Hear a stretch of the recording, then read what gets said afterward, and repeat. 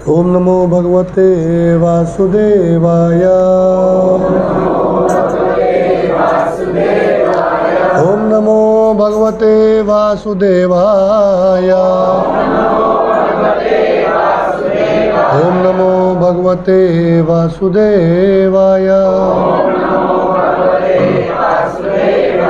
ओम अज्ञानतिमिरन्धस्य ज्ञानाञ्जनशलाकया चक्षुरुन्मिलितं येन तस्मै श्रीगुरुवे नमः। श्रीचैतन्यमनोभीष्टं स्थापितं येन भूतले स्वयं रूप कदा मह्यं ददाति स्वपदान्तिकं। वन्देऽहं श्रीगुरो श्रीयुद्धपदकमलं श्रीगुरुं वैष्णवांश्च श्रीरूपं साग्रजातं सगण रघुनाथान्वितं तं सजीवं साधवेतं सावधूतं परिजनसहितं कृष्ण चैतन्यदेव श्री राधा कृष्ण पादान् सगण ललिता श्री विशाखा। हे कृष्ण करुणा सिंधु दीनबंधु जगत्पते गोपेश गोपिका कांत राधा कांत नमस्तुते। भक्त कांचन गौरांगी विश्वानुसुते देवी प्रणमामि हरिप्रिये। वाञ्छाकल्पतरुभ्यश्च कृपा सिन्धुभ्येव च पतितानां पावनेभ्यो वैष्णवेभ्यो नमो। जय श्री कृष्ण चैतन्य प्रभु नित्यानंद श्री अद्वैत गदाधर शिवासादि गौर भक्तवृंद। हरे कृष्णा कृष्ण कृष्ण हरे हरे हरे राम राम राम हरे हरे। हुकम करोति वाचालं पंगुलगतये गिरिं यत्कृपातमहं वन्दे श्रीगुरुदीनतारिणे परमानन्दमाधवं श्रीचैतन्येश्वरम्।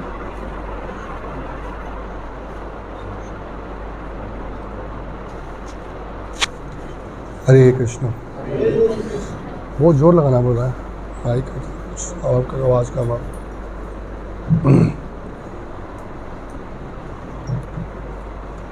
स्वागत है आप सब भक्तों का आज के हमारे साप्ताहिक कार्यक्रम में, जहाँ पे हम चर्चा कर रहे हैं बृहद भागवत अमृतम ग्रंथ से।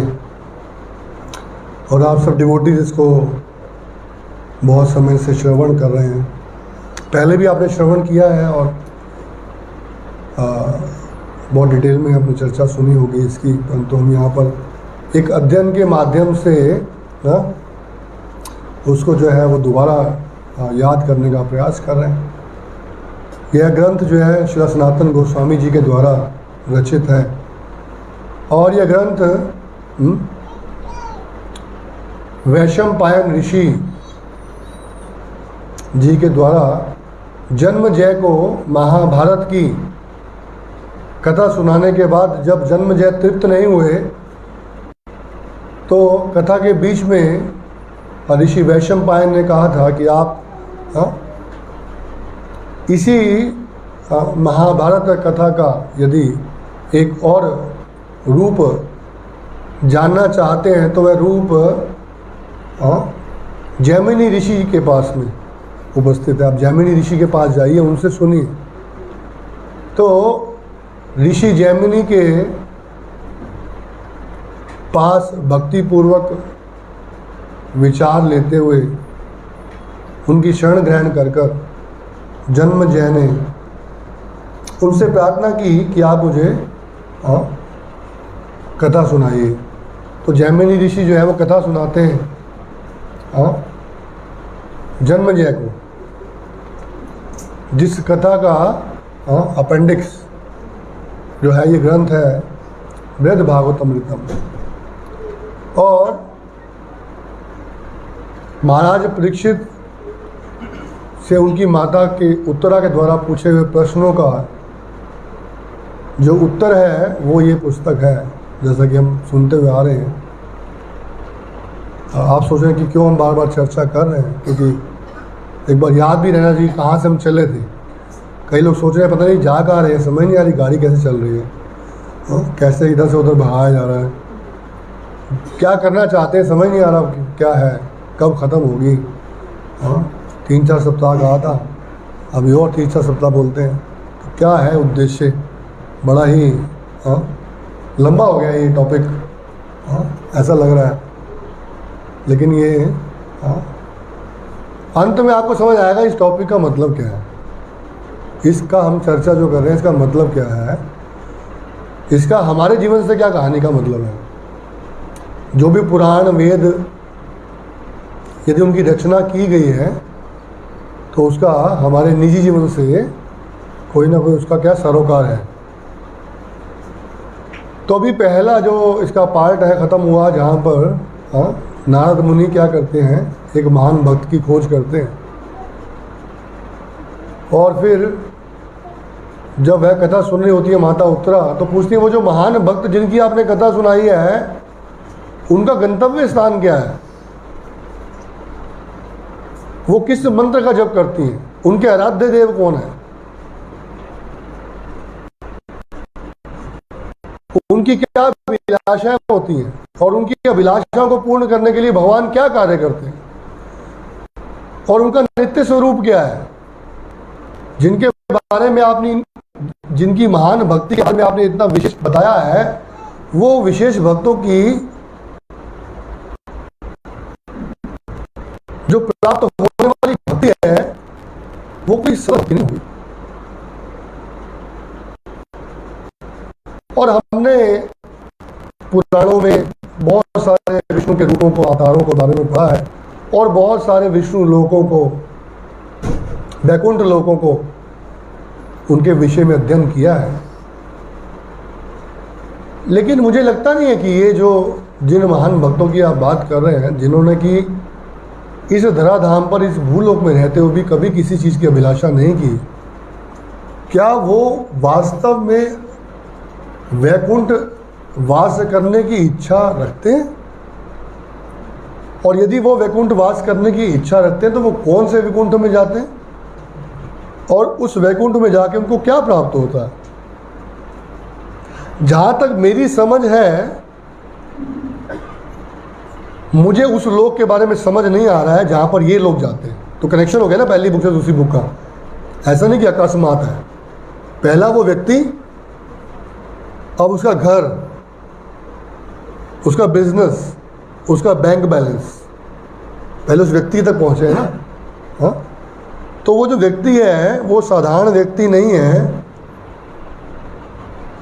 उसको प्राप्त होने वाला स्थान भी साधारण नहीं होना चाहिए, कोई स्पेशल प्लेस होगा।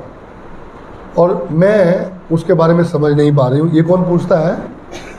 माता उत्तरा पूछती है। किससे? महाराज परीक्षित से। तो महाराज परीक्षित कहते हैं, माता आज तक ये प्रश्न किसी ने पूछा नहीं है, तभी चर्चा नहीं आई है। अब जो है आपने ये प्रश्न पूछा है तो चर्चा सुना देते हैं आपको। अब देखिए कौन सा ये महान जो है ये संप्रदाय चल रहा है, जिस संप्रदाय से भगवत गीता, भागवतम, अब आपको मिल रही है बृहद भागवतमृतम, और फिर मिलेगा आपको भगवान के लोकों का वर्णन, केवल इसी एक संप्रदाय से प्राप्त हो रहा है। प्रश्न उत्तर। जन्मजय का नाम हम में से कितने सुना था? हाँ नहीं, मैंने बोला वैशंपायन, तो नहीं वैशंपायन, द्वैपायन तो सुना था, वैशंपायन तो कभी सुना ही नहीं। वैशंपायन कौन है? वैशंपायन, जैमिनी, महाभारत सबने सुनी है, लेकिन महाभारत का अपेंडिक्स नहीं सुना है। तो ये प्रभुपाद और भागवत भक्तों की कृपा है कि हमें बता रहे हैं। लेकिन ये जो पुस्तक है इसका बड़ा एक महान रीज़न है जो हम आपसे अंत में पूछेंगे आपसे कि इस कथा का सार क्या है। तो उस विषय में चर्चा करते करते तो बोलते इसमें एक इतिहास है, एक ब्राह्मण है, एक मथुरा का ब्राह्मण था जो कि किसकी पूजा करता था? कामाख्या देवी की। आसाम में एक स्थान पर जाके कामाख्या देवी की पूजा करने लगा। बोला कामाख्या देवी की पूजा करते हैं तो क्या होता है? धन समृद्धि प्राप्ति होती है, तो वहाँ चलते हैं। चले गए, कामाख्या देवी स्वप्न में आके उनको एक मंत्र दे देती है। बोले इस मंत्र का जप करो, सारी अभिलाषा पूर्ण हो जाएगी।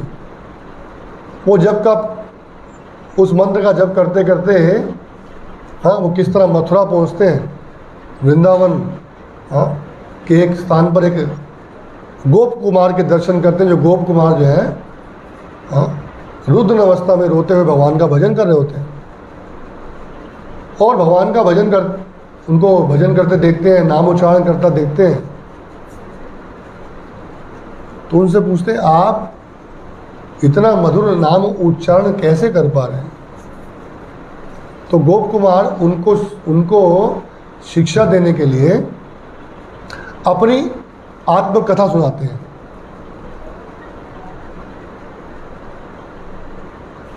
और वो कहते हैं कि मैं कहाँ रहता था, गोवर्धन में। गोवर्धन में एक ब्राह्मण ने मुझे एक मंत्र दिया और लुप्त हो गए, और मुझे पता नहीं कि वो मंत्र का अर्थ क्या है, उस मंत्र की प्राप्ति किससे होती है, क्या उस मंत्र से क्या प्राप्ति होती है। और मुझे कोई ऐसी इच्छा भी नहीं थी कि मैं मंत्र का जप करूं, लेकिन कहा है तो मंत्र का जप कर लेते। और मंत्र का जप करते करते अब वो कहाँ, इंद्रदेव के स्वर्ग में पहुंच चुके हैं। बीच में भी काफ़ी सारी चीज़ें हैं, लेकिन वही करते रहेंगे तो फिर हर बार 9 ऐसे ही बच जाएंगे। आप देते ही 40 मिनट है, फिर बोलते किताब खत्म नहीं हो रही है। 40 मिनट में कैसे किताब खत्म होगी? ये तो प्रतिदिन सुबह शाम देंगे तो 1 मिनट लगेगा। मैं तो कट शॉर्ट करते करते ख़त्म कर रहा हूँ इसको, क्योंकि हमारे पास एक आदत है एकदम बहुत दिन एक कपड़ा पहन के बोर हो जाते हैं, तो किताब भी कैसी ना हो जाए। तो प्रभु जी तो वही सुनाते रहते हैं, बोर हो जाएंगे। भक्ति वाली ऐसी सब्जेक्ट है, बस कुछ दिन ज़्यादा कुछ सुन लेते हैं ना, बोले कुछ नया चाहिए। लेकिन ये कि पुस्तक जो है ये ऐसा, वैसे ये जो है ना सप्ताह वाली पुस्तक नहीं है। ये पुस्तक है सुबह और शाम जो है 1 घंटा रोज प्रतिदिन होनी चाहिए। तो भगवान से प्रार्थना करिए कि तीसरी लहर आ जाए और फिर किताब हम लोग पढ़ लें।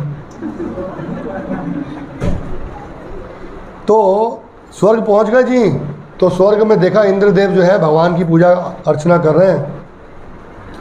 बड़े प्रसन्न हुए भगवान की पूजा अर्चना देखते हुए। पानी लाए थे पीने में? अच्छा, यहाँ के लिए लाए थे क्या?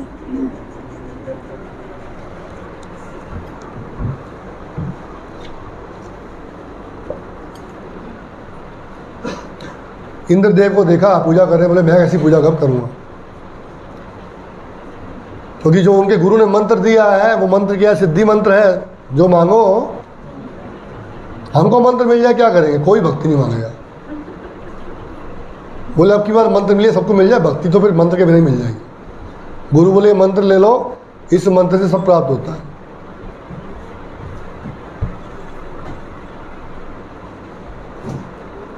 कितने लोग शुद्ध भक्ति मांगेंगे, चलो हाथ उठाओ। यदि मंत्र मिल जाए आपको जिससे शुद्ध भक्ति प्राप्त होते हो, तो कितने लोग जो है शुद्ध भक्ति मांगेंगे? सच से बताना। ये सब झूठ बोल रहे हैं। मंत्र मिला हुआ है, शुद्ध भक्ति मांग नहीं रहे, सब झूठ है। मंत्र में क्वेश्चन मार्क है इसका मतलब। तो मंत्र तो गुरु ने दिया आपको, हरे कृष्ण महामंत्र शुद्ध भक्ति प्रदान करता है। आप नहीं मांग रहे, नहीं मिली है। बाकी सबसे सच्चे, बाकी जिन्होंने हाथ उठाया बिल्कुल सच्चे हैं, मांग ही रहे थे, वो मिली नहीं है। आप मांग नहीं रहे, हाथ उठा रहे हो, चाहते हैं मांग ही नहीं। तो ये हरे कृष्ण महामंत्र शुद्ध भक्ति प्रदान करने वाला शुद्ध मंत्र है, इसमें कोई शंका नहीं है। चैतन्य महाप्रभु बोलते हैं ना अपने गुरु को, कीबा मंत्र दिया आई बे। क्या मंत्र दिया है? कीबा मंत्र दिया आई बे गोसाई, ये क्या मंत्र दे दिया मुझे, जब से बोलता हूँ कि जीवा बंद नहीं होती। हमारी कहती कब बंद होगी, जल्दी कर। तो खैर ठीक है, अभी वो विषय नहीं है हमारा। तो कहाँ थे इंद्रदेव जी, पूजा करते हैं। तो इंद्रदेव वो अपने मंत्र का जप करते हैं। तो इंद्रदेव जो है किसी ब्राह्मण की पत्नी को छेड़ने के लिए चले जाते हैं। छेड़ने की डिटेल लिखी है बड़ी सारी, मैं बताऊंगा नहीं। छेड़ना नहीं था वो जो जिस केस पे फांसी हुई है ना, अभी फांसी दे के आ रही है, वही हुआ था, बोलूँगा नहीं। जिस केस पे गवर्नमेंट ने फांसी लगाई है, इंद्रदेव ने वही कार्य किया था, लिखा है उसके अंदर, चर्चा की है। तो क्या हुआ जी, इंद्रदेव तो छुप गए। अब सब भगवान बोलते हैं ढूंढो, इंद्रपद खाली हो गया। राक्षस जो है वो क्या कर रहे हैं, अटैक कर रहे हैं, इंद्रपद खाली है। तो बोले मिल नहीं रहे जी, आप बताओ किसको बनाया इंद्र। तो बोले वो जो लड़का है ना गोप कुमार, उसको इंद्र बना दो। बोले वाह देखो इच्छा, क्या मंत्र से इच्छा की, इंद्रपद मिल गया।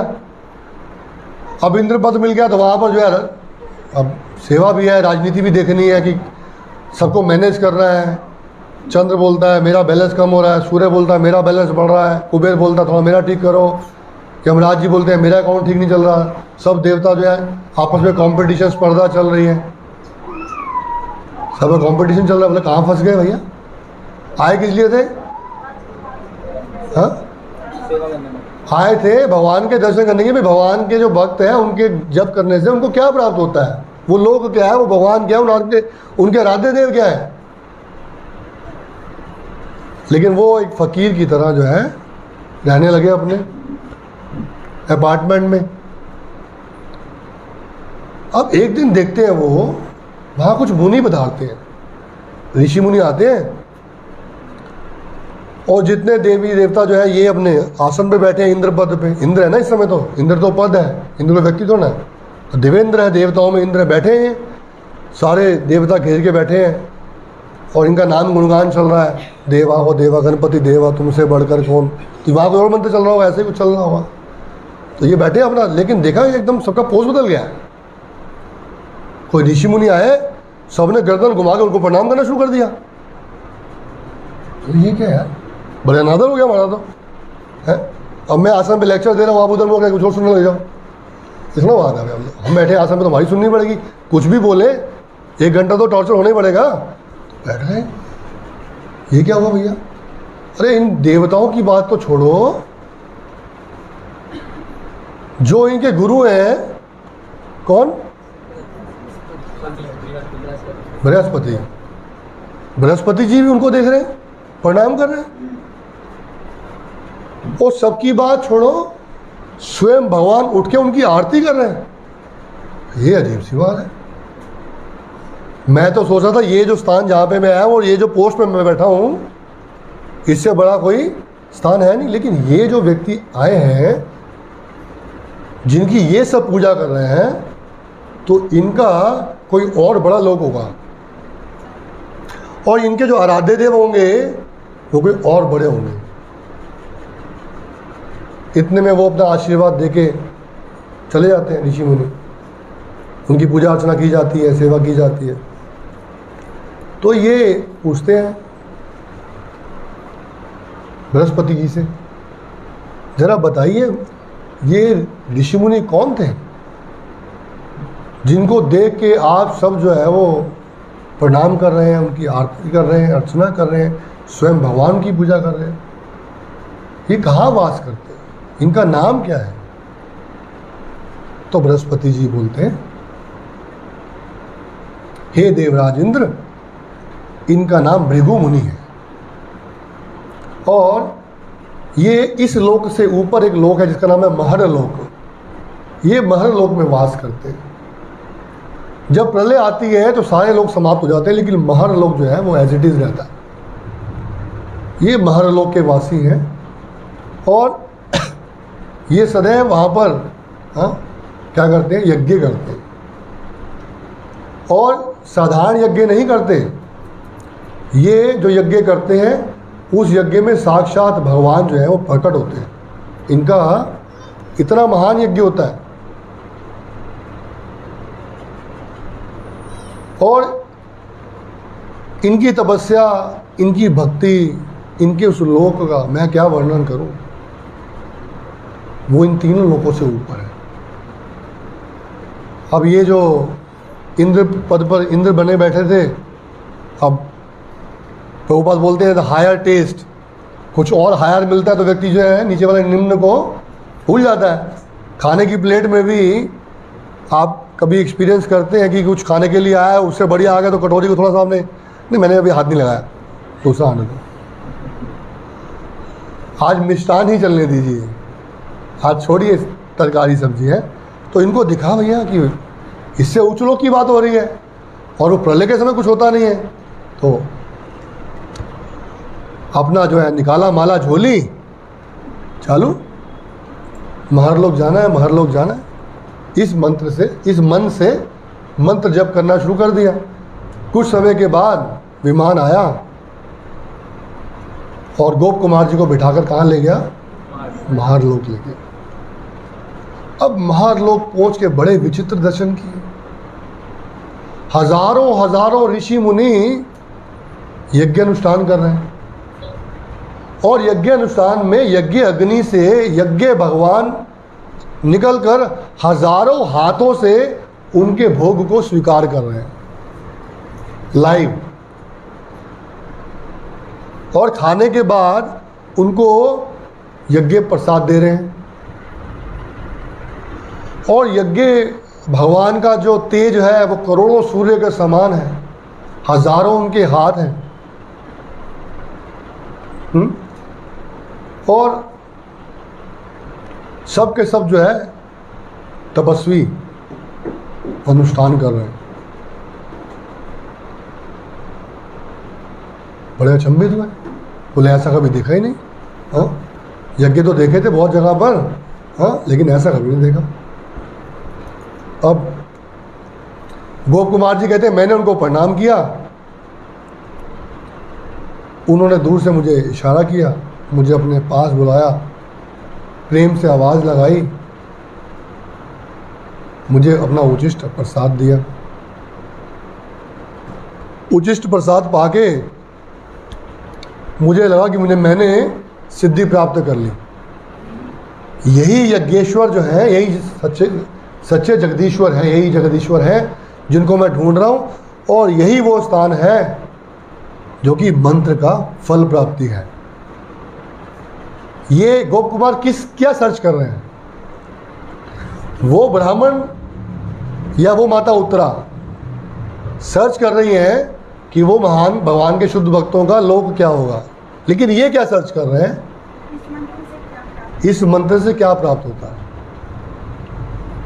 इस मंत्र के प्राप्त भगवान कौन है? तो बोले यही है, यही साक्षात यज्ञेश्वर जगदीश्वर, हाँ, मेरे को सब कुछ प्रदान करने वाले हैं। मैंने प्राप्त कर लिया, गुरु के बड़ी धन्यवाद। गुरु को प्रणाम करते हैं, गुरुदेव आपने ठीक जगह भेज दिया। और इस स्थान पर कोई कंपटीशन नहीं है जैसे देवलोक में था, सब ऋषि मुनि हैं, सब जो है थोड़ा घूमते और देखते हैं कि हर फ्लैट के अंदर यज्ञ चल रहा होता है। ऐसा फ्लैट नहीं होता वहाँ, बड़े बड़ी कुटियाँ होती हैं, और सब में ऊपर जो है यज्ञ हॉल होता है, यज्ञशाला होती है, और सब घर में यज्ञ चल रहा है, और हर घर में यज्ञेश्वर है। हर घर में यज्ञेश्वर जो है उनका भोग, जो भी सेवा कर रहे हैं वो ऑफरिंग स्वीकार कर रहे हैं और उनको प्रसाद प्रदान कर रहे हैं। कोई कंपटीशन नहीं, वहाँ सुखपूर्वक रहने लगते हैं। ठीक जगह पहुँच गए, मौसम भी ठीक है, ना ज़्यादा गर्मी है, ज़्यादा ठंडी है। हम भी सोच रहे हैं हिल स्टेशन में जाते हैं, मौसम कैसा होगा, टेम्परेचर कैसा होगा, होटल कैसा होगा, खाने को क्या होगा, सब चिंता रहती है ना। तो इनकी चिंता पूर्ण हो गई, बोले ठीक जगह पहुँच गए, जगदीश्वर मिल जाते हैं। कुछ दिन रहने लगे वहाँ, कुछ दिन के बाद सोचने लगे ये यज्ञ की बात ठीक है, परंतु जब यज्ञ समाप्त होता है तो भगवान दिखते नहीं है। रात्रि के समय यज्ञ बंद करना होता है ना, तो रात्रि के समय जब यज्ञ बंद हो जाता है तो भगवान जगदीश्वर जो है वो दिखते नहीं है, चले जाते हैं। तो बड़ा चिंता का विषय है, तो क्या किया जाए? जो भगवान है वो तो नित्य दिखने चाहिए ना। सर्वत्र बोलते हैं, सर्वत्र बोलते हैं, सर्वत्र मतलब हर समय हर स्थान पर हो गया ना। ये थोड़ा हुआ कि भाई कभी है और कभी नहीं, वीरवार के दिन है और मंगलवार के नहीं, मंगलवार का दिन ये नहीं चलता ना, सर्वत्र है। ये नहीं, थोड़ा सा डाउट आ गया। नहीं, फिर जगन्नाथ जी जाने की इच्छा हो रही है। जगन्नाथ जी जो है वो साक्षात दर्शन देते हैं और खाने वाले भगवान हैं, हम भी खाने वाले भक्त हैं। वो जगह ठीक, कोई बात नहीं, ठीक है, रहते हैं। अब आए तो चलते हैं, कुछ मंत्र जप करते हैं, बुद्धि आएगी, कुछ दिखेगा क्या कोई होता है। अपना मंत्र जप करते रहे अच्छे से। एक दिन देखते हैं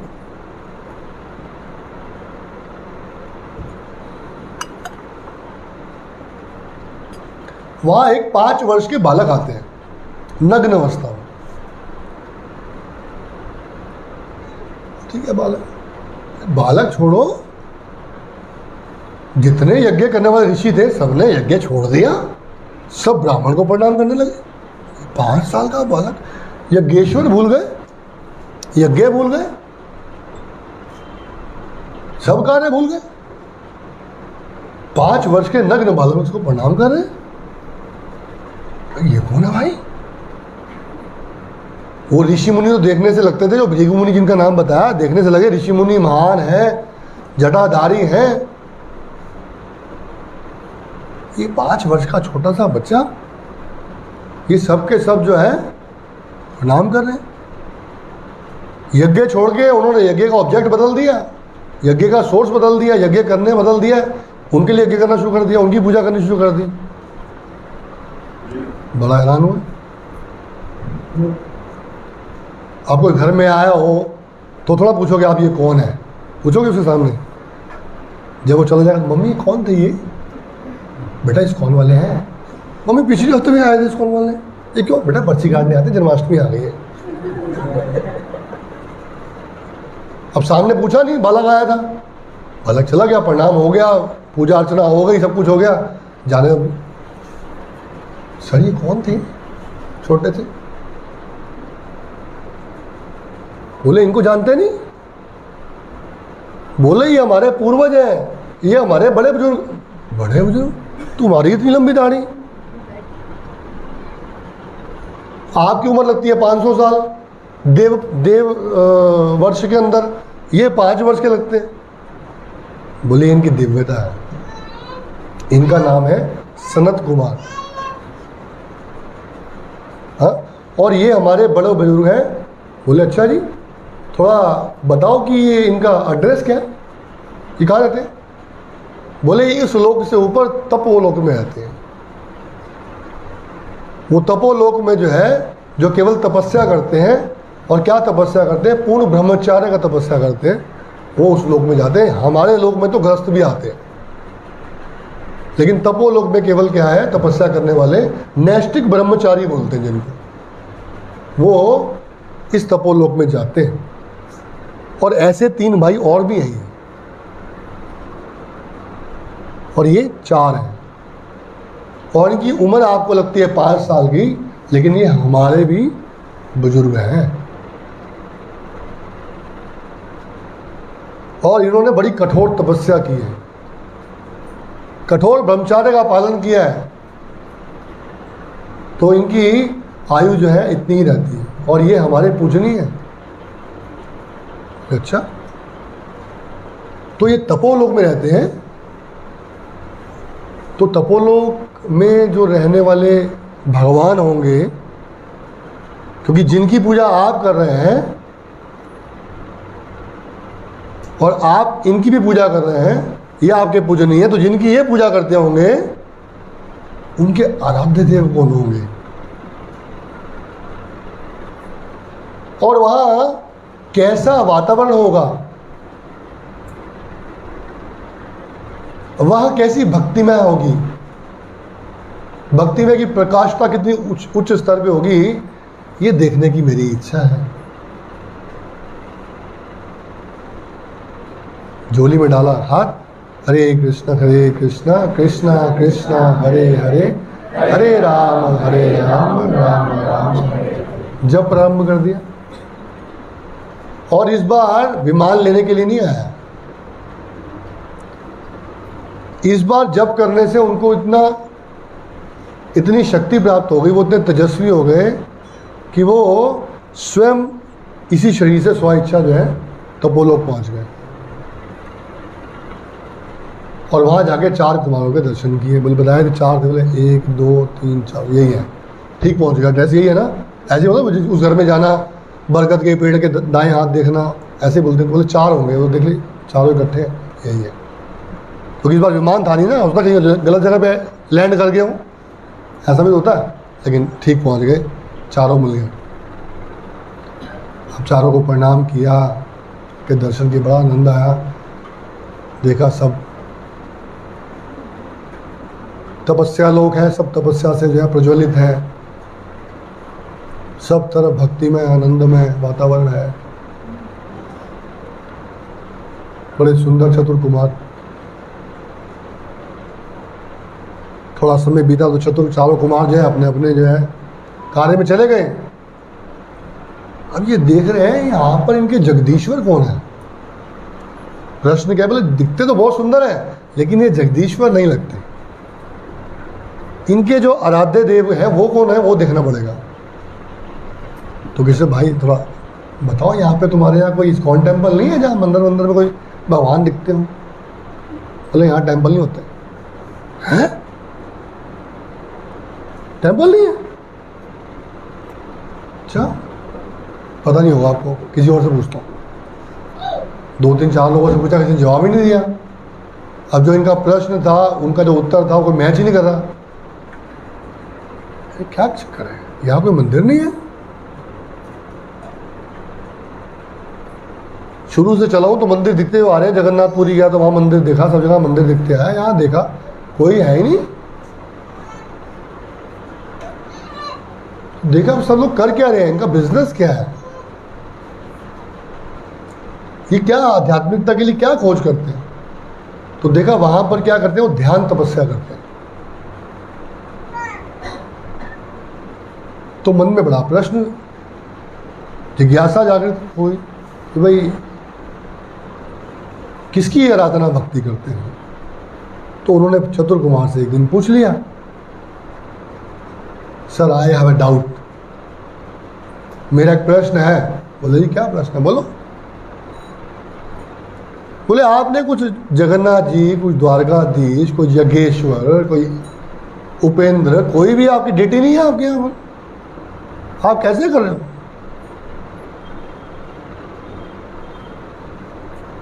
तो कहते हैं देखो ऐसा है, सनत कुमार जी ने उत्तर दिया। अभी आप उठ जाओ, सोना मत, जब जो है ना ये थोड़ा सा फिलोसफिकल में नींद आ जाती, कहानी में ठीक चलता है, 2-4 मिनट बचे। तो कहते हैं जी कि जो भगवान के साक्षात दर्शन है वो हर एक व्यक्ति नहीं कर सकता, लेकिन यदि कोई अयोग्य व्यक्ति भी होगा, वो ध्यान आराधना करेगा तो उसको परमात्मा के दर्शन हो जाएंगे। इसलिए हम लोग यहाँ पर डेटी वर्शिप नहीं करते, हम ध्यान करते हैं और ध्यान से हमारे मन में भगवान जो है अवतरित हो जाते हैं। जिस रूप में ध्यान करते हैं उस रूप में अवतरित होते हैं। तो हमारे यहाँ पर क्या है, ध्यान प्रमुख है।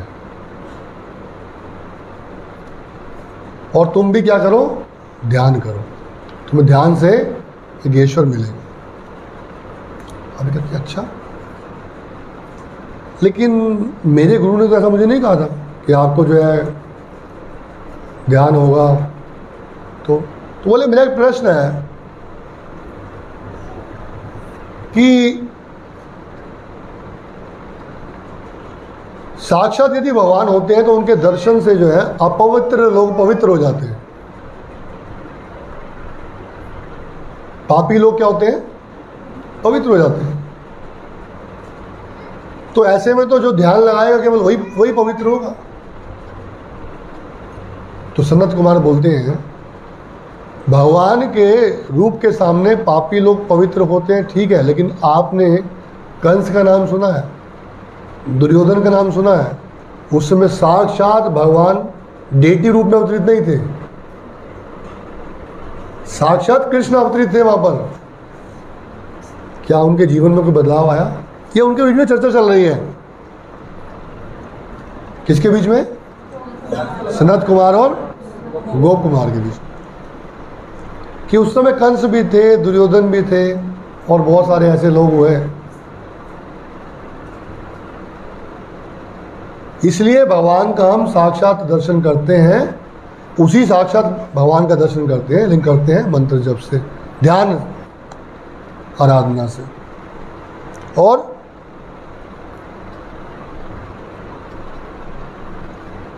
उनका दर्शन हमको होता है। ठीक है जी। अब वो चले गए तो क्या करें? अगर ध्यान करेंगे तो फिर जप नहीं कर सकते हैं। अभी आपको बोला जाए आपके इस्कॉन में तो ध्यान नहीं होता है, आप बोलो हम तो चैंटिंग करते हैं, बोले ध्यान करो, तो आप अगर ध्यान करने बैठोगे तो चैंटिंग नहीं कर पाओगे आप, है ना। तो अब इनके मन में ये प्रश्न आ रहा है कि गुरु के द्वारा दिया हुआ मंत्र जप करूं या क्या करूं, ध्यान योग में आ जाऊं। बड़ा फंस गए।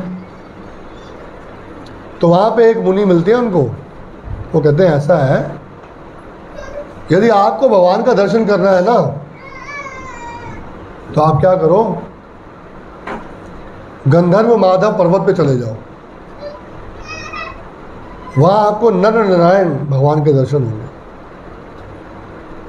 अच्छा जी, वहां चले जाएं, वहां चले जाओ।